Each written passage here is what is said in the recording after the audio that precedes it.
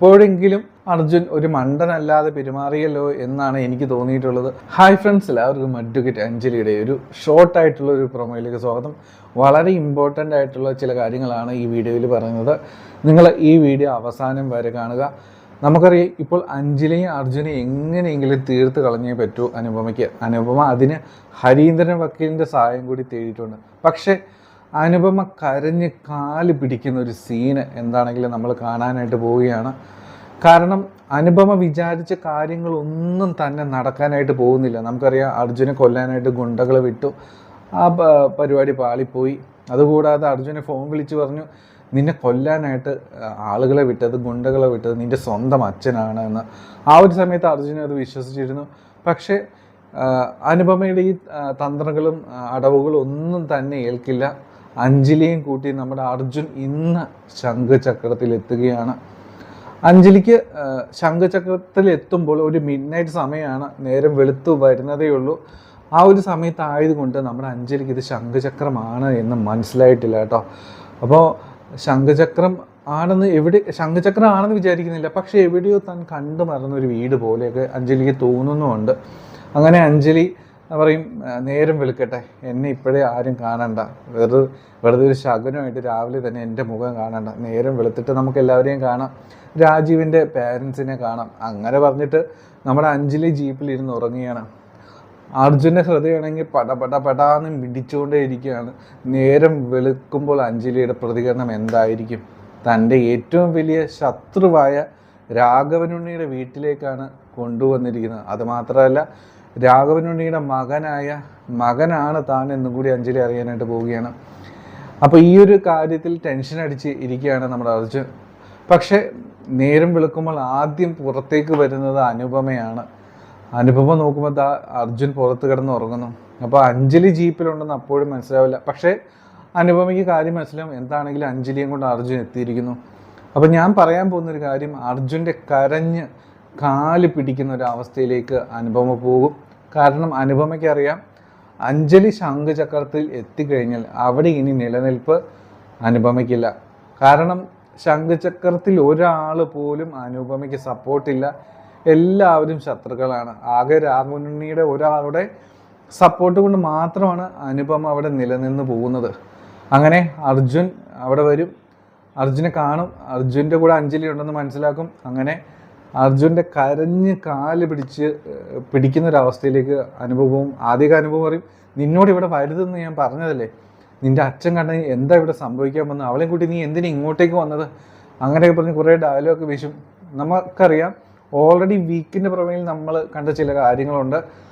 അതിൽ പറയുന്നുണ്ടായിരുന്നു നമ്മുടെ അർജുൻ അനുപമയോട് പറയുന്നുണ്ട്, ഞാൻ എങ്ങോട്ടും പോവില്ല, ഇത് എൻ്റെ വീടാണ്, ഇത് ഞാൻ സ്നേഹിച്ച പെണ്ണാണ്, അതുകൊണ്ട് എനിക്ക് അവളെയും കൂടി വേറെ ഒരിടം പോകാൻ ഒരു ഇടവുമില്ല, ഇത് എൻ്റെ വീടാണ്, ഞാൻ ഇവിടെ കയറുക തന്നെ ചെയ്യും. അങ്ങനെ പല രീതിയിൽ അനുപമ കൺവിൻസ് ചെയ്യാനായിട്ട് അർജുന് ശ്രമിക്കും. പക്ഷെ ഇതൊന്നും നടപടിയാവില്ല. അവസാനം കാല് പിടിച്ച് കരയുന്നൊരവസ്ഥയിലേക്ക് കാര്യങ്ങൾ പോകും. അനുപമ കാല് പിടിച്ച് കരയുന്നൊരവസ്ഥയിൽ വരും. അർജുൻ, പ്ലീസ് ഞാനൊന്ന് പറയുന്നത് കേൾക്കൂ, നീ അവളെയും കൂട്ടി അഞ്ജലിയും കൂട്ടി വീട്ടിനകത്തേക്ക് കയറല്ലേ, അത് വലിയ പ്രശ്നം ഉണ്ടാക്കും, നിൻ്റെയും അവളുടെയും ജീവന പ്രശ്നം ഉണ്ടാക്കും, ഞാൻ പറഞ്ഞത് ഒന്ന് കേൾക്കൂ പ്ലീസ് അർജുൻ, ഒരു തവണത്തേക്ക് കേൾക്കൂ, നമുക്ക് പിന്നീട് എന്തെങ്കിലും പരിഹാരം ഉണ്ടാക്കാം, ഞാൻ തന്നെ നിങ്ങളെ ഈ വീട്ടിൽ വിളിച്ചുകൊണ്ട് വരാം, ഞാൻ എല്ലാ കാര്യങ്ങളും കറക്റ്റായിട്ട് ചെയ്തു തരാം, രാഘവനങ്ങളെ കാര്യങ്ങളെല്ലാം പറഞ്ഞ് മനസ്സിലാക്കി നിങ്ങൾക്ക് അതിനുള്ള ഒരു വേദി ഞാൻ തന്നെ ഒരുക്കി തരാം അർജുൻ, പ്ലീസ് ഞാനൊന്ന് പറയുന്നത് കേൾക്കും. അങ്ങനെ ഒരുപാട് കാര്യങ്ങൾ പറഞ്ഞ് കരഞ്ഞ് കാല് പിടിക്കും അനുപമ അർജുൻ്റെ. പക്ഷെ ഇതൊന്നും അർജുന് ഒരു രീതിയിലും കൺവിൻസ് ആവില്ല. ഇപ്പോഴെങ്കിലും അർജുൻ ഒരു മണ്ടനല്ലാതെ പെരുമാറിയല്ലോ എന്നാണ് എനിക്ക് തോന്നിയിട്ടുള്ളത്. മുമ്പ് പലവട്ടം അർജുൻ ഈ അനുപമ ചതിച്ചിട്ടുണ്ട്. അപ്പോൾ നിങ്ങൾക്കറിയാം, നിങ്ങൾ പോലും പലപ്പോഴും കമൻ്റ് ഇട്ടിട്ടുണ്ട്, ഈ അർജുൻ എന്തിനാണ് വീണ്ടും ഈ അനുപമയുടെ വാക്കുകൾ വിശ്വസിക്കുന്നത് എന്ന്. അങ്ങനെ ഈ ഒരു വട്ടമെങ്കിലും അനുപമയുടെ വാക്ക് വിശ്വസിച്ചില്ലല്ലോ എന്നൊരു സന്തോഷം സമാധാനം എനിക്കുണ്ട്. അങ്ങനെ കരഞ്ഞ് കാല് പിടിച്ച അനുപമ ഒരുപാട് അർജുൻ്റെ നോക്കും. പക്ഷെ നടപടിയാവില്ല. അർജുൻ പറയും, ഞാൻ എന്താണെങ്കിലും ഏടത്തി ഒന്നും പറയാൻ നിൽക്കണ്ട, ഞാൻ എന്താണെങ്കിലും പോകാനായിട്ട് പോകുന്നില്ല, അവളെയും കൂട്ടി ഈ വീട്ടിൽ കയറുക തന്നെ ചെയ്യും, എനിക്ക് അല്ലാതെ പോകാൻ ഒരു ഇടമില്ല, ഇത് എൻ്റെ വീടാണ് ഏടത്തി, അതുകൊണ്ട് എനിക്കിവിടെ കയറിയേ പറ്റൂ, അച്ഛൻ കയറുകയില്ല, ആദ്യം അച്ഛൻ എന്താണ് പറയുന്നത് നോക്കട്ടെ, അച്ഛൻ ഇറങ്ങിപ്പോകാൻ പറഞ്ഞാൽ ഞാൻ അപ്പോൾ അടുത്ത കാര്യം ഞാൻ ചിന്തിച്ചോളാം. അതുവരെ എന്താണെങ്കിലും ഞാൻ ഈ വീട്ടിൽ കയറാൻ തന്നെയാണ് തീരുമാനം. അങ്ങനെ അർജുൻ ഈ കാര്യങ്ങളൊക്കെ പറയുമ്പോൾ അനുഭവിക്ക് ദേഷ്യമൊക്കെ ഒരു അനുഭവം, എടാ ഞാനാ നിന്നോട് പറഞ്ഞു നീ വീട്ടിൽ കയറാൻ നിൽക്കരുത്, വലിയ പ്രശ്നങ്ങളുണ്ടാവും, നീയും ഇവൾക്ക് സമാധാനത്തോടെ ഇവിടെ ജീവിക്കാനായിട്ട് പറ്റത്തില്ല, നിൻ്റെയും അവളുടെയും ജീവൻ ആപത്താണിത്. പക്ഷെ അതൊന്നും അർജുൻ പറയും അതൊന്നും എനിക്ക് പ്രശ്നമല്ല, എനിക്ക് എന്താണെങ്കിലും ഇവിടെ കയറിയേ പറ്റൂ. അങ്ങനെ അനുപമ കാല് പിടിക്കുന്ന ഒരു സീന് നമ്മൾ കാണേണ്ടി വരും. അപ്പോൾ ഇതിന് ശേഷമാണ് ബാക്കിയുള്ളവരെല്ലാവരും ശംഖുചക്രത്തിൽ നിന്ന് ഇറങ്ങി വരുന്ന ഒരു സീനൊക്കെ നമ്മൾ കാണുന്നത്. അതിനുശേഷമാണ് ഈ ഒച്ചപ്പാടും ബഹളമൊക്കെ. കുറച്ച് കഴിയുമ്പോഴത്തേന് ഈ സൗണ്ടൊക്കെ കൂടുതൽ ലൗഡ് ആകുമ്പോഴത്തേന് ആളുകളൊക്കെ ഇത് ശ്രദ്ധിക്കാൻ തുടങ്ങും, ഉള്ളവരൊക്കെ. അങ്ങനെ ഗോവിന്ദനും രാഘവനും അതുപോലെ നന്ദിനിയും മുത്തശ്ശിയും എല്ലാവരും ഇറങ്ങി വരും. അതിനുശേഷം കാണുന്ന സീൻ എന്ന് പറഞ്ഞാൽ എല്ലാവരും കിടുക്കി പോകും. അഞ്ജലിയും കൂട്ടി അവിടെ നിൽക്കുന്ന കാണുമ്പോൾ അഞ്ജലി, അതായത് രാഘവൻ്റെ ഏറ്റവും വലിയ ശത്രുവായ അഞ്ജലി അതാ നിൽക്കുന്നു. അതും അർജുൻ്റെ കൈകൾ പിടിച്ച് അഞ്ജലി അവിടെ നിൽക്കും. കാരണം ആ ഒരു സമയത്ത് അഞ്ജലിക്ക് ഒന്നും പറയാനും ചെയ്യാനും പറ്റാത്ത ഒരു അവസ്ഥയായി പോകും. എന്തൊക്കെ പറഞ്ഞാലും ആ ഒരു അവസ്ഥയിൽ അഞ്ജലിക്ക് ഒന്നും പറയാനും തൻ്റെ ധൈര്യമൊക്കെ ഒരു നിമിഷം ചോർന്നു പോകും അഞ്ജലിയുടെ. കാരണം അഞ്ജലി പ്രതീക്ഷിച്ച ഒരു സ്വപ്നത്തിൽ ഒരു കണിക പോലും പ്രതീക്ഷിക്കാത്ത ഒരു ഇൻസിഡൻ്റാണ് അവിടെ നടക്കുന്നത്. തൻ്റെ ഏറ്റവും വലിയ ശത്രുവിൻ്റെ മകനെയാണ് താൻ വിവാഹം കഴിച്ചതെന്ന് ആ ഒരു നിമിഷമാണ് അഞ്ജലി അറിയുന്നത്.